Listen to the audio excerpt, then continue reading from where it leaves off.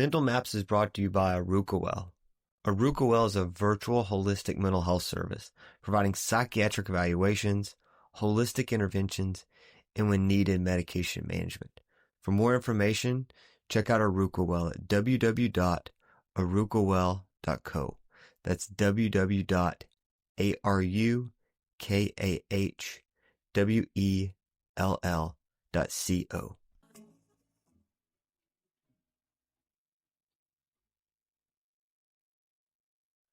Welcome back to Mental Maps. As always, I hope this finds you well no matter what season of life you're in.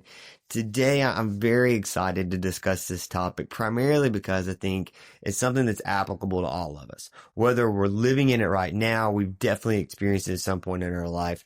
And just from my own life and spending time with other people and some writing I've been doing lately, all of this kind of got strung together into where I was like, man, this is podcast worthy. And so I really wanted to kind of discuss this on here. And it is the concept of stress, right? I think if we meet anyone in our world now, there's always this discussion of like, I'm stressed out. I got a lot of stress going on. How's life been? It's been pretty stressful lately. Like that's kind of just part of our normal language that we use when we talk to one another many times. But what does it mean? What does it mean to be stressed?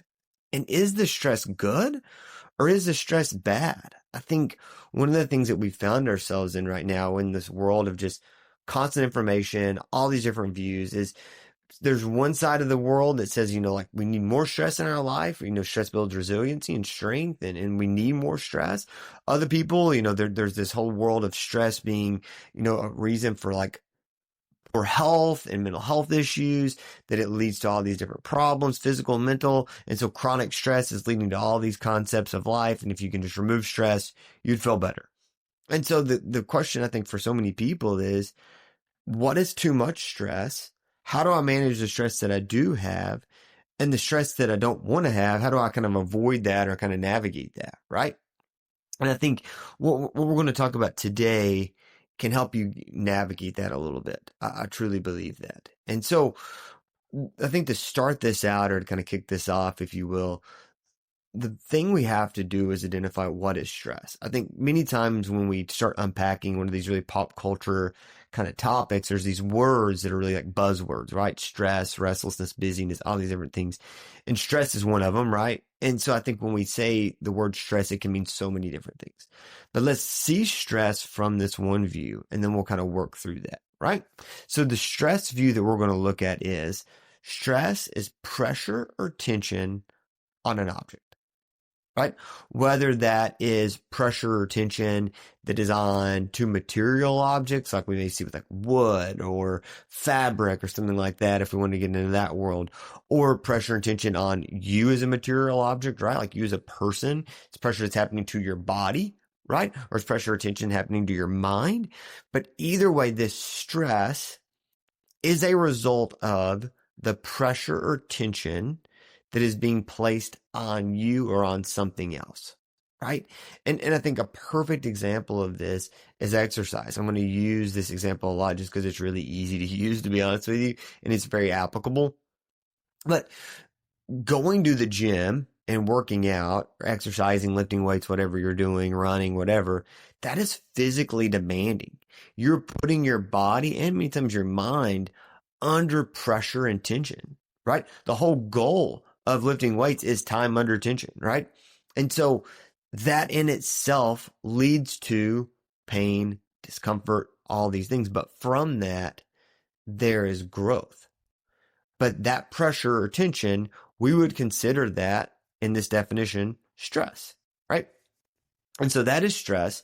And what comes from stress many times is some form of change, right? So if I put pressure or tension on something, there is going to be a shift in that object, right? If I put enough pressure on a piece of metal, it's going to break. If I put enough pressure or tension on a piece of fabric, it's going to pop. If I put enough pressure or tension on your body, it could tear, and sometimes it can tear to where there's a true injury, right?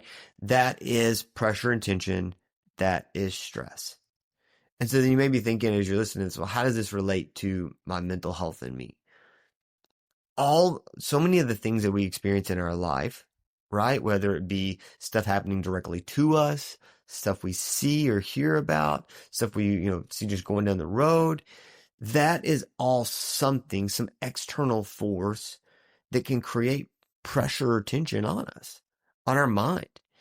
And that pressure or tension creates a change, right? If you turn on the news and you see just a really terrible event that's happening on the news, that external force can create some kind of pressure or tension, right? And that pressure or tension can lead to some kind of change, right? Many times a discomfort. And that's, I think, something that's really important is more times than not, when pressure or tension is exerted on something, right? Whether you or something else, there is discomfort from that, right? Discomfort is the opposite of comfort. And so we'd have to imagine anything that would be pressure or tension driven would lead to discomfort.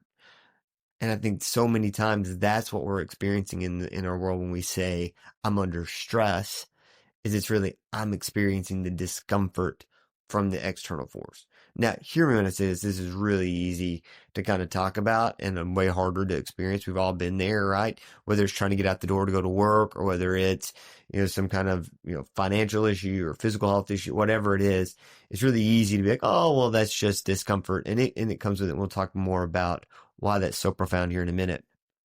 But just to kind of give us a base level of where we're at, that's kind of what we're thinking about, right?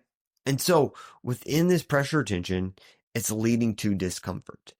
And so that discomfort will either lead to a positive change or a negative change. So back to our exercise example, right?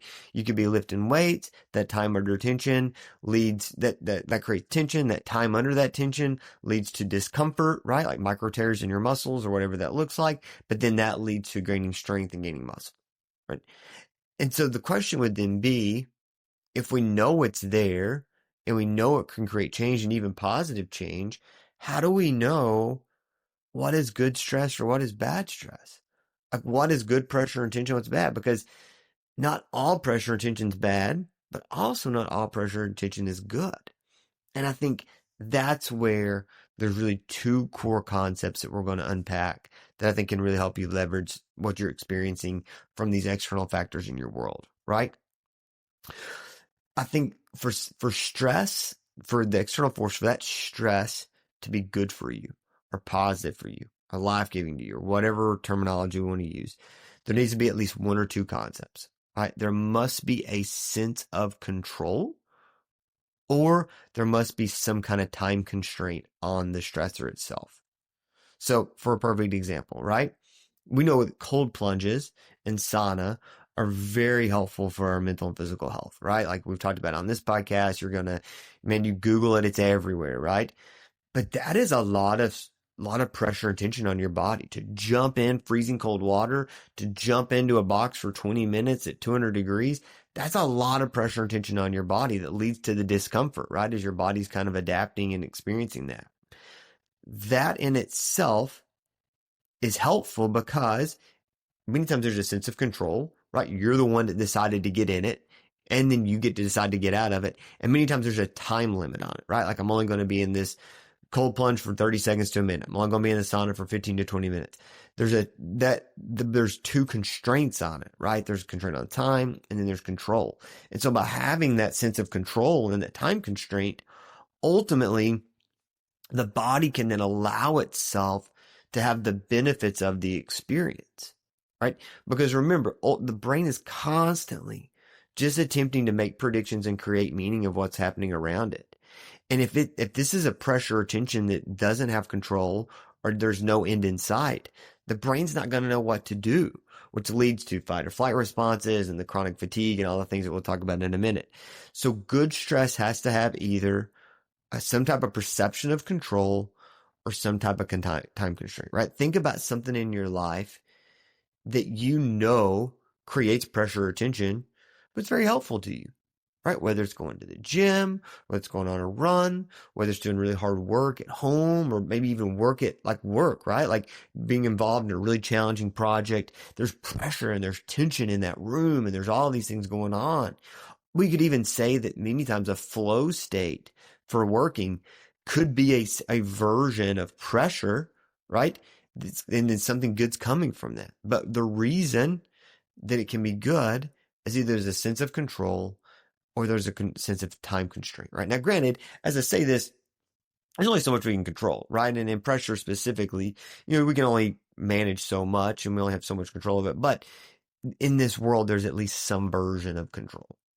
In bad stress, neither of these are there, right? Like a perfect example of this, right, is a person who maybe is going to a job where the work is just endless. It just continues to build and build and build, and you never believe you're going to get that one project done, right? There's no end in sight, and you believe you have no control. There's still an external force putting that pressure or tension on you, whether it's a due date, it's a boss, it's clients, whatever. But the only difference between making it good or bad would be, is there an end goal and do I have a sense of control? You could go to the same place, same job environment, but if that, maybe the people around them are very positive and that project seems like there's going to be an end control, or there's a control and there's an end date, oh my gosh, now it's an experience that can be way more positive. So we've all had those times, right? Those experiences of those bad stressors, those stressors that come on, that just feels like we have no control, that feels like there's never going to be an end. And so then what does it do? It leads to what we know of in our world as stress, right? It leads to the discomfort that doesn't go away, or it feels like it doesn't go away. It leads to the adrenal fatigue, the fight or flight responses, the depression, the anxiety, the inflammation, the issues with their physical health, the increase in cardiovascular disease. All the things that kind of come from what we know of as stress is really just some kind of force putting pressure or tension on us in the absence of either a sense of control or a time constraint. And that is the key in all of this. Now, that being said, doesn't mean every external force that creates this pressure or tension is going to be helpful to you, right? We know that sometimes the only way for something to get better is to make a shift, right? The amount of people I've worked with who maybe they've been in some job and the job is just brutal, right? Like the boss is maybe very mean, or maybe there's just all these issues. And, they do every biohack you can think, and it's not until they make that shift and they do something different that it all goes away. Right. And so I'm very aware of that. I'm also acutely aware that there are many stressors that are outside of people's control. Right. There's a lot of societal stressors, things when it comes to resources and that kind of stuff that just doesn't get better because you do these little biohacks. But at the end of the day, for the basic things that we experience, many times if we can leverage some kind of time constraint on what we're experiencing, or we have some version of control in it, then we're going to feel better. So you may be thinking like, how do I find this? How do I find this with the stressor I have? If you're looking for control, it's focusing on the things that you can complete, right? So maybe you're in that project and that project seems like there's no end in sight and there's nothing you're going to do. Setting a firm objective that seems obtainable is a lot easier than just completing the project. Right? It's like that old adage, how do you eat an elephant one bite at a time? Many times in these heavy stressors and these heavy external forces, to manage that pressure or tension, you just got to find one small thing to do at a time. Like you see people who are like working through like a lot of financial issues. And if they can just get like one bill paid off, right? Or if they can get one thing under control or one expense down, there's like some happiness in that, right? There's some feel good in that. There's a sense of control in that. And so that stressor doesn't seem like it's so powerful anymore. And I think to a point, that's what a version of control gives you. Once again, not that you have complete control, but if I believe I have a say in this thing, this stressor, this external force isn't as powerful as it used to be to me. The second thing would be, what does it look like to put a time constraint on it? Many times, stressors can look like there is no end in sight, right? Whether it's the financial challenge, whether it's some kind of a relational issue, it just seems like it's going to go on forever. And so I think the first step in that is being able to identify what is the one thing you want to see get better, right? Maybe not the problem itself get better, but maybe that objective that we just talked about, what does it look like to also put a time constraint on that, right? Maybe it's that I'm going to get that one bill down by this time, or I'm going to, get rid of this one negative influence in my life by this time, or I'm going to set this boundary to where I only listen to the news from this time to this time. I take a time constraint on it. And even in that moment, if it's not negatively impacting my life, I'm preventing it from negatively impacting my life later on in the day, right? So the first step would be is setting that core boundary with it and that limitation on something small. And then two, it's make big goals. Don't be afraid to say, I'm going to complete this project by this date, or I'm going to set this time frame. Give yourself a time, and don't let that time be one of those like increased pressure tensions, right? Because many times that happens. We put a time constraint that we're going to get this thing done. We're going to get this bill paid. We're going to get this project completed. We're going to, do this one thing under this one time constraint. And that generates even more anxiety, right? And that generates more pressure and more stress. So don't let it do that, but more of creating a very far out view of what you want to see it look like. And that kind of time can be way more digestible than saying 60 days from now, I'm going to have lost this weight, or 60 days from now, I'm going to have paid these bills off, whatever. Either way, you've taken this bad stressor, this external force, this force that's creating this chronic pressure and tension in your life, and given yourself a sense of control and a sense of time. Because ultimately, we all have to experience some version of pressure or tension. Without it, we cannot build resiliency. I think we've seen that in certain parts of our culture. You've seen that within certain concepts of maybe parenting or in other things where people have attempted to eliminate or really limit specifically all the pressure and tension in their life. Whether it's forced upon them or it's chosen by them, there's none. And to a point, what you see for that is a lack of resiliency, a lack of character building, a lack of strength mentally, because they're just not prepared for it, right?